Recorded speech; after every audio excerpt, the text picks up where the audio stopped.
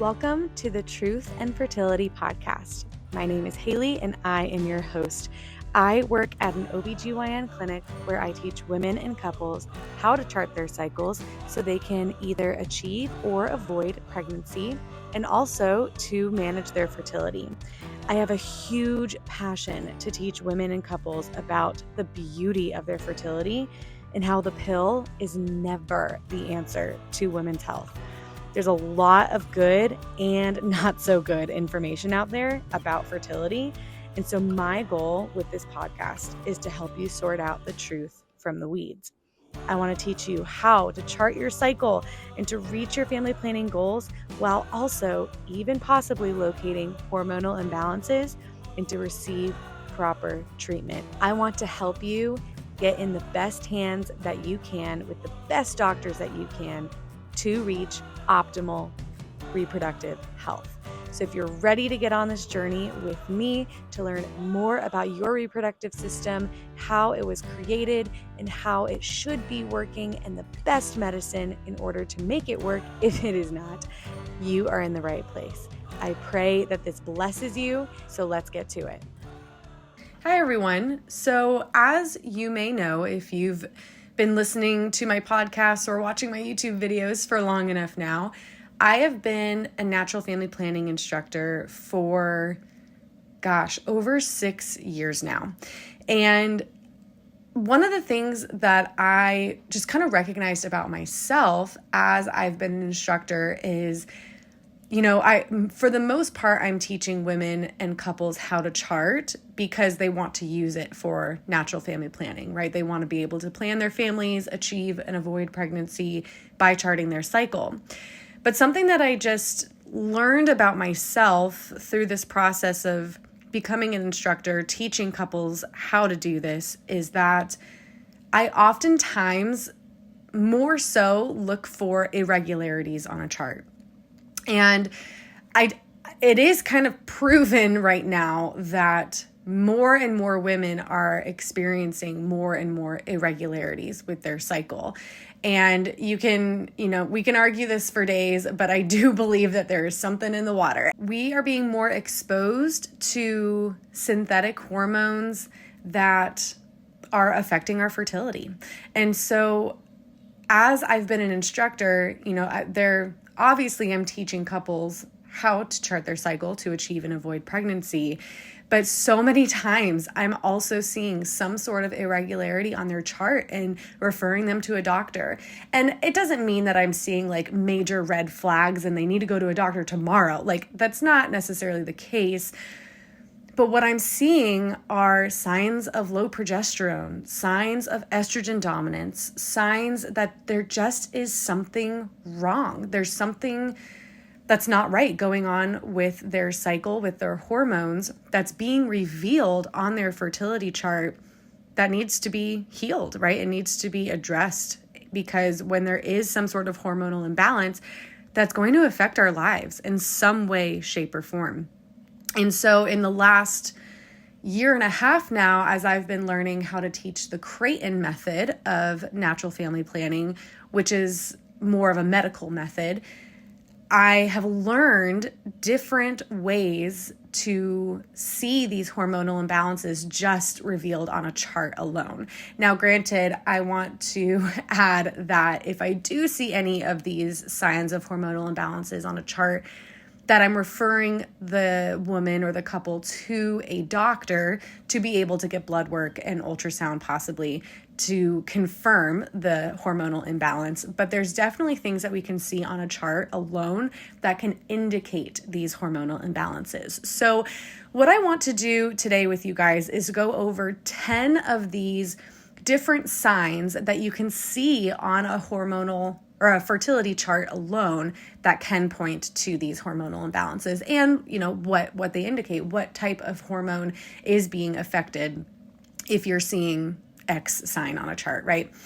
Now, just to give you a little background on a fertility chart, if you're not aware of how it can even reveal these hormonal imbalances, like what are you even charting, just to kind of start with that. So when you are charting your cycle, across the board with any method of natural family planning or fertility awareness, charting your cycle, there's different signs and biomarkers that you can chart, but the one that's pretty much across the board standard is to be observing your cervical mucus.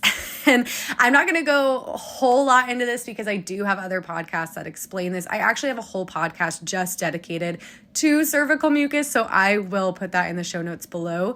But that is what you are observing for the most part across all methods. And so your cervical mucus actually changes based on your hormones in your body. And so by observing the cervical mucus, you can actually observe hormonal imbalances or just in the way that your hormones will ebb and flow naturally, right?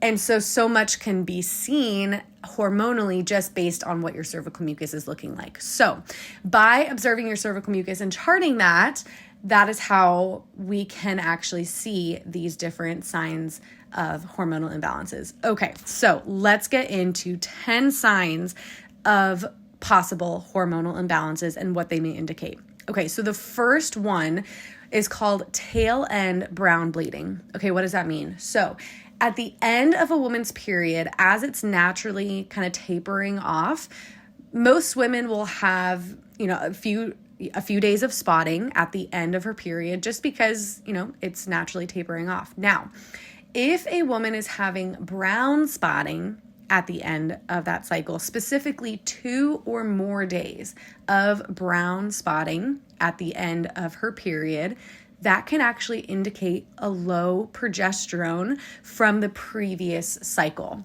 So to kind of give you a little bit of background on progesterone really quickly. So progesterone and estrogen are the two main hormones two main sex hormones for females. And so these are naturally going to ebb and flow throughout the cycle. So a woman really has 2 different phases of her cycle. She has the pre-ovulatory phase and the post-ovulatory phase.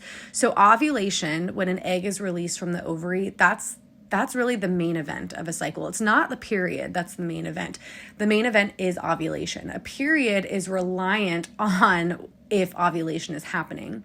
And so we kind of hinge these 2 different phases of the woman's cycle on ovulation.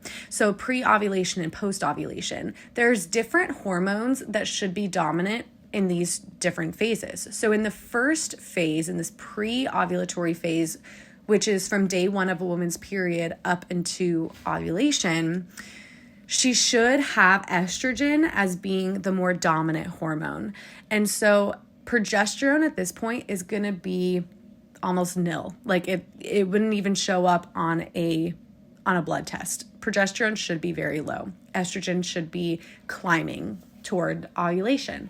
Now, once a woman ovulates, estrogen drops, progesterone is going to rise. Estrogen does rise a little bit again in that post-ovulation phase, but the dominant hormone in the post-ovulation phase, which is after ovulation up until the woman's next period, is going to be progesterone. That is the main dominant hormone. So if progesterone is too low in this post-ovulation phase, there can be some complications with that. The main complication here, there's others, but the main complication is if a woman is not producing enough progesterone. I commonly see these women who are not producing enough progesterone having recurrent miscarriages. So if a woman is trying to get pregnant, they may be able to successfully get pregnant, but staying pregnant is a difficult thing because pregnancy really relies on progesterone.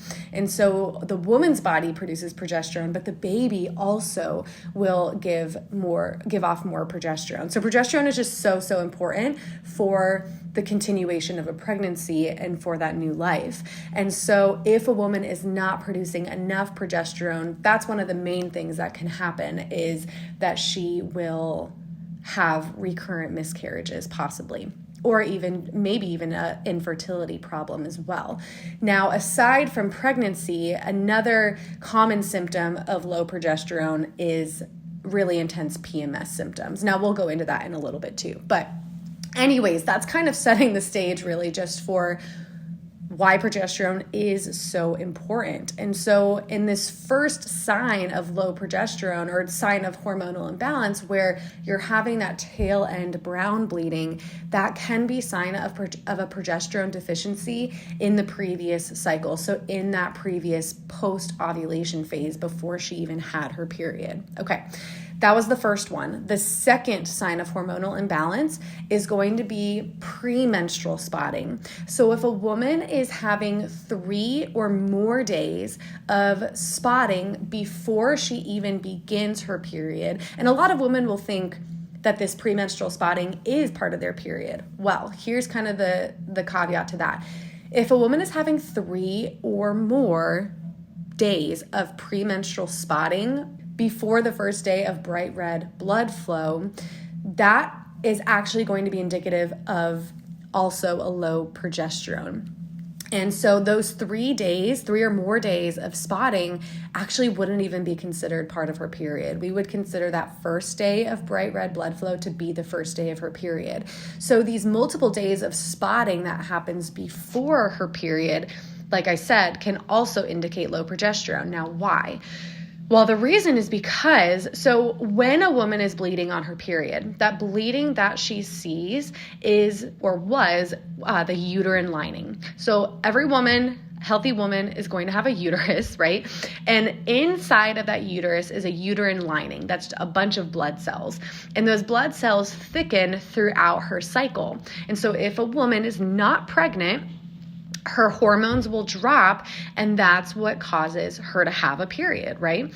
So her body recognizes, okay, I don't need this uterine lining anymore, because if a woman isn't pregnant, then there isn't any new life that would need to implant within that uterine lining. That's where a new life would implant and continue to grow. So if she's not pregnant, her body recognizes that and says, okay, I don't need this uterine lining anymore. Hormones drop, and that's when the uterine lining sheds, and that's her period. So when you're having premenstrual spotting for 3 or more days, what the body is doing is progesterone is not high enough to keep that uterine lining intact. So one of the jobs of progesterone is to keep the uterine lining intact, to keep it solid before the first day of her true period. So if progesterone is too low, what can happen is those blood vessels or capillaries within the uterine lining, they start to prematurely break. And so what happens is it causes a little bit of spotting to occur before the first true day of a woman's period. So if you're having 3 or more days of spotting before the first day of bright red blood flow, that can also be a sign of low progesterone, because progesterone just isn't staying high enough, long enough to keep that uterine lining intact. Okay, so third sign that you may have a hormonal imbalance, and this also has to deal with low progesterone, is if you have a short post-ovulation phase. Post-ovulation phase is also known as the luteal phase. So a woman has, like I said earlier, she has 2 different phases, the pre-ovulation and the post-ovulation phase. This can also be known as the follicular phase and the luteal phase. The follicular phase being pre-ovulation, the luteal phase being post-ovulation. So the luteal phase, or that post-ovulation phase, with every single woman really across the board, should be very stable. So kind of a general rule of thumb is that we want to see the luteal phase, or that post-ovulation phase, be anywhere between 9 and 17 days. Now that's a very wide range though for women in general. So when I'm working with a specific woman, however, I want to see that range be much shorter. So to just kind of give you an example, let's say I'm working with a woman who has generally like a 15-day post-ovulation or luteal phase. I would want to see her always really having a 15-day luteal phase, maybe 14, maybe 16, but it should be very stable. Even women with irregular cycles, once you ovulate, you should still have a very stable length post-ovulation phase. It's that pre-ovulation phase that can be much more variable in length. but that post-ovulation phase should be very stable. So the sign of hormonal imbalance here is if that luteal phase is too short, okay? So with a long luteal phase, that can actually indicate pregnancy, first of all, because if a woman is pregnant, she won't have her next period. And so that luteal phase is going to continue on and progesterone is just going to get higher, right?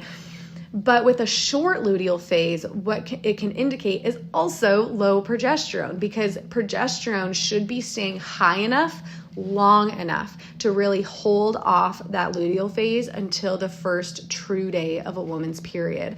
So if that luteal phase is anywhere from 9 days or shorter, it really is a sign of low progesterone. That progesterone just is not staying high enough, long enough to make an adequate amount of days for her luteal phase. Okay, so just to kind of recap here really quick. So number 1 was tail end brown bleeding. Number 2 was 3 or more days of that premenstrual spotting. Number 3 is the short luteal phase. These are all indicative of a possible low progesterone. Okay, so number 4 is if a woman is experiencing major PMS symptoms. This can actually also be a sign of low progesterone. Now, this isn't necessarily something that I see on a chart, but when I'm working with a woman, I always do a PMS screening. And so I'll ask her basically different symptoms that are pretty typical to have right before a period. But if the woman tells me that she's experiencing any of these symptoms for more than 3 days before she has her period, this can also be indicative of low progesterone. And so some of these symptoms can include like irritability or crying easily, even breast tenderness, acne, sometimes weight gain and bloating, right? These are all different signs of PMS. And so with 1 or 2 days before a period is that's pretty typical just because of the major hormone fluctuation that's happening there before she has a period. But if it's more than 3 days before her period, then, no woman deserves that anyways. No woman actually wants nor needs to have these bad symptoms for so many women I work with will say a week, even 2 weeks of irritability before her period. No woman deserves that. No woman deserves that. So there is a sign of some sort of hormonal balance going on here. And very commonly it is that low progesterone. Okay, number 5 is going to be irregular length of the follicular phase. Okay, so remember how I talked about, obviously, 2 different phases. We have the pre-ovulation and the post-ovulation. That pre-ovulation phase is also known as the follicular phase. And so with that pre-ovulation phase, it can be a lot more variable in length. I already talked about how the luteal phase or the post-ovulation phase should be much more stable in length. The pre-ovulation phase, it's very normal for that to be a lot more variable in length. However, if it is so variable to the point where your cycles, you can't even predict when you're going to have your next period, that can also be a sign of some sort of hormonal imbalance or even some sort of reproductive disorder where your body just is not ovulating as regularly as you should, right? I have talked about in past podcasts how I have struggled with polycystic ovarian syndrome or PCOS. A very, very, very common symptom of PCOS is having irregular cycles, which usually is an irregular follicular phase, because even with these reproductive disorders, oftentimes that post-ovulation phase is still very stable. It's that pre-ovulation or that follicular phase that's going to be a lot more variable in length. And so with PCOS, that's a very common symptom to have these irregular cycles or irregular follicular phases. And so that was my issue with, having these irregular cycles where I could have anywhere between like a 40-day and a 60-day cycle that's very irregular. And so and oftentimes with these reproductive disorders, there is some sort of hormonal imbalance going on here because of the fact that with a disorder, your body is not working as it should. So with that being said, if you're having an irregular cycle, which usually is an irregular follicular phase, that is also or can also be a sign of those hormonal imbalances.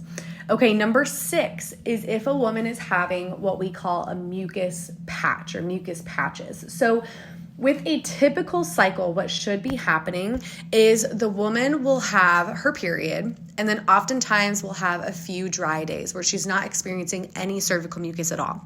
Then once estrogen starts to rise, estrogen talks to the cervix and tells the cervix to start producing cervical mucus. So estrogen will rise and rise and rise up until ovulation. And as that's happening, a woman should start seeing more and more cervical mucus up until the point of ovulation.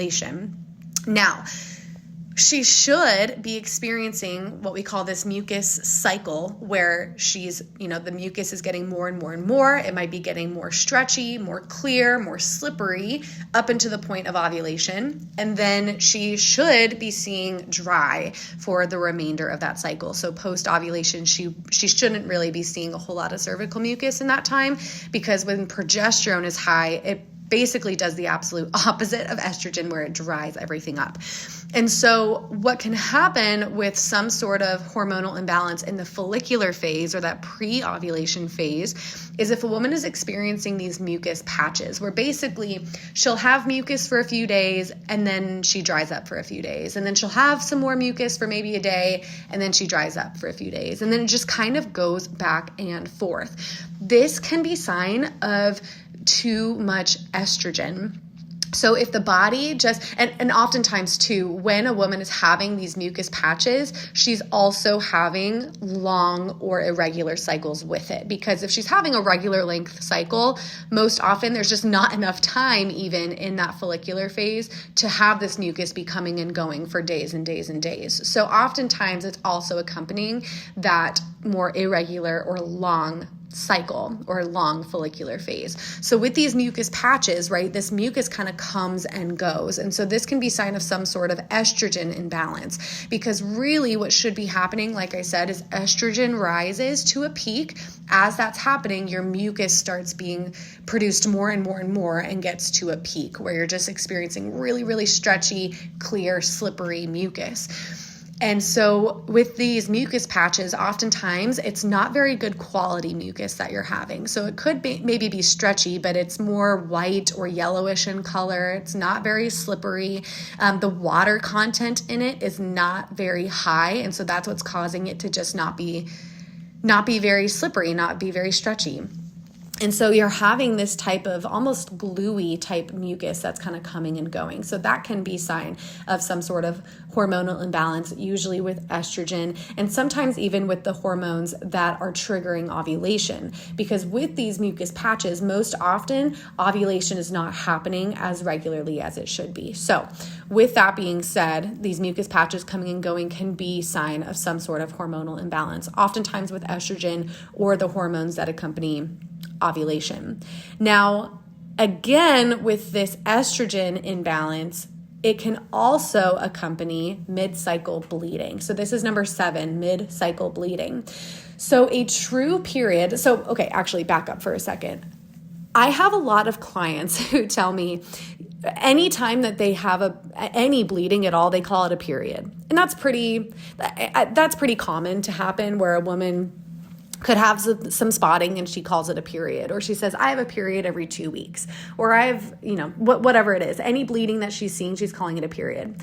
Well, that's actually not true. So a true period or a true menses is going to be an episode of bleeding that follows ovulation. So a woman ovulates, she has about 2-ish weeks of a post-ovulation phase, and then that should be followed by a period as long as she's not pregnant.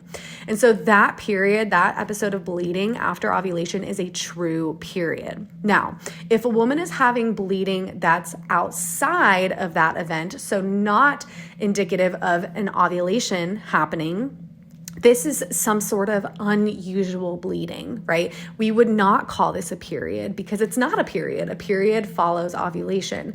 So if there's some sort of mid-cycle bleeding that's just happening kind of randomly. And oftentimes this bleeding that a woman is seeing, where it's a mid-cycle bleeding and not a true period, oftentimes it's different type of bleeding than what she normally experiences with her period. So periods are they're pretty regular. Like, a woman can kind of know what to expect with her period oftentimes. Like, she knows what it looks like. She knows how heavy it normally is.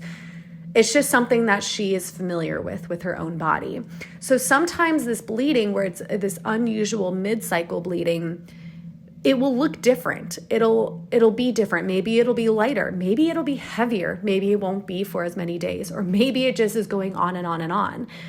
There's something usually different about this mid-cycle bleeding. And so when you're having this mid-cycle bleeding, again, it usually occurs in that follicular phase. This can also be a sign of some sort of estrogen imbalance.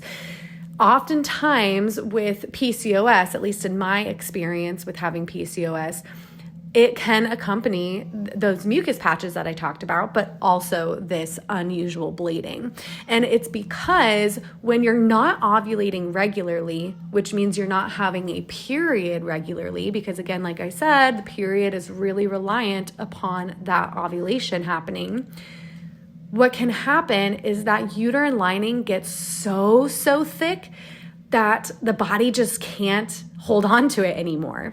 And so it will start to shed. And and this is unusual shedding, right? This is irregular shedding because it's not a true period. And so with really, really long cycles, or PCOS, or things like that, where it's hormonal imbalance or reproductive disorder, that's what can happen, is you have this irregular mid-cycle bleeding because that uterine lining just gets so thick that it just can't hold on anymore.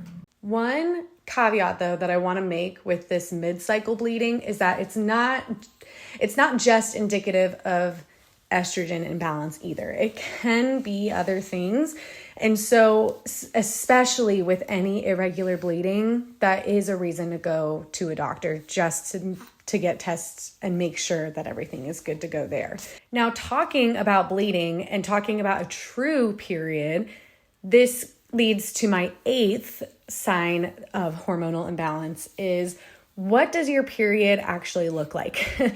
So with a regular period, what should be happening is it should be anywhere from 3 to 7 days long. So even 3 is a little bit more on the short end of things, but a 3 to 7 day long period. And also, with that being said, your period should be in what's called a crescendo decrescendo type pattern. So there's 2 different ways that your period could look. So either you'd want to start out with a light or moderate bleeding, then move into a heavy bleeding, and then taper off back to that moderate, then light, then very light bleeding. That would be like that crescendo, so moving up, and then decrescendo, moving down. That's a really good pattern of bleeding. Now, another possible pattern that's also healthy is just a decrescendo pattern, where your period starts very heavy and then moves to moderate, then light, then very light, and then tapers off. So either of those 2 patterns are typical. Now, if your period is getting heavy and then light, and then getting heavy again and then light, and then just kind of going up and down like that before it actually tapers off, that is not normal. That is it's not necessarily a sign of one specific thing, but it can be it is sign of some sort of irregularity going on. So really, any irregularity with bleeding should be followed up with a doctor for sure. So whether it's that mid-cycle bleeding that I talked about, or that number 8 being an irregular pattern of bleeding during your period. Number 9 is talking more so about the mucus, again, that cervical mucus that your body should be producing. So as I mentioned earlier, you should be having a what's called a mucus cycle. So after your period, you may have some dry days, and then as estrogen starts to rise, your mucus also starts to be produced. And so it can start out being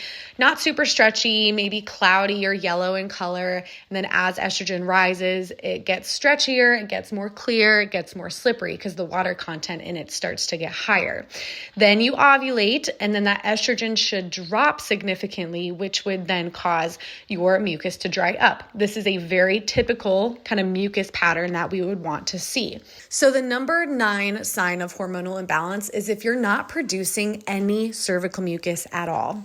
This can be, again, sign of different things. It's not just one typical thing that this would be indicative of, but if you're not producing any cervical mucus at all, this is definitely not normal. It's not something that should be happening. Your body in a healthy reproductive system should be producing cervical mucus during that pre-ovulatory phase of your cycle. So oftentimes with women that I'm working with who are struggling with infertility, this can actually be a common symptom that I see is that they are not producing any cervical mucus at all. Again, this is all talked about in the cervical mucus podcast that I made. So again, I will link that in the show notes below. But cervical mucus is vital to be able to achieve pregnancy. So if you're not producing any mucus at all, this can really pose an issue with trying to achieve pregnancy. Now, even if you're not trying to achieve pregnancy though, this is still a sign of a healthy reproductive system is if you're producing good cervical mucus. So if you're not producing any at all, that's definitely something that you would want to have looked at. And then number 10, kind of also dealing in the same realm, is if you're having a limited mucus cycle. So a dry mucus cycle was number 9, right? You're not producing any mucus at all. A limited mucus cycle, number 10, is when your body isn't producing a good quality type cervical mucus. So in the method of natural family planning that I teach, which is the Creighton method, there's actually a way to objectively score the type of mucus that you are producing. And we call it the mucus cycle score. And so especially with couples that I'm working with who are struggling with infertility, oftentimes what I see is that their body just isn't producing enough cervical mucus, or the mucus that they're producing is just not good quality. And so what I mean by this is, as I mentioned earlier, as estrogen rises and rises, the mucus should get much more stretchy, much more clear, much more slippery. Well, sometimes in a limited mucus cycle, what can happen is the body never actually gets to producing that really stretchy, really clear, really slippery cervical mucus. Now, a woman really should only be seeing this type of mucus for just a handful of days. But oftentimes when I'm dealing with couples, again, who are struggling with infertility or even frequent miscarriage, what can be happening is that their body just is not producing enough of this good quality, high estrogen cervical mucus. So when I'm working with these couples, I will calculate that cervical mucus score, that mucus cycle score, just to see, what their body is actually producing. And so it's a really helpful, objective way to know if your body is producing enough good estrogenic cervical mucus. So there you have it, the 10 different signs of possible hormonal imbalances. Now, again, as I said in the beginning of this podcast, this isn't just to give you like this red flag, go to the doctor now. That's not what this is. This is just a way for you to be more informed about what a healthy reproductive cycle should look like. But if you are recognizing any of these signs of hormonal imbalance, it's just a good idea to maybe get an appointment with your doctor just to see if there's anything going on. There might not be anything going on, but there might be something going on. And so I want you to be as healthy as you possibly can be, especially with your reproductive system. And so I just want you to be more empowered with knowing what your reproductive system should be doing. And if it's not doing that, then let's get that figured out and let's get that tested. So with all of this being said, the best way to be able to find any of these hormonal imbalances is, of course, by charting your cycle. So if you are interested in learning how to chart your cycle, I am taking new clients. I teach women and couples the Creighton method of natural family planning using a virtual format. So I can see anyone, anywhere and teach you how to chart your cycle. So if you're interested in learning how to chart your cycle and starting that healthy fertility journey, I would love to work alongside you to do that. So you can visit truthandfertility.com to email me. I will teach you everything that's involved with learning how to chart your cycle. And again, I would love to walk alongside you to do that. Thank you so much for tuning in this week, and I will talk to you guys again next week.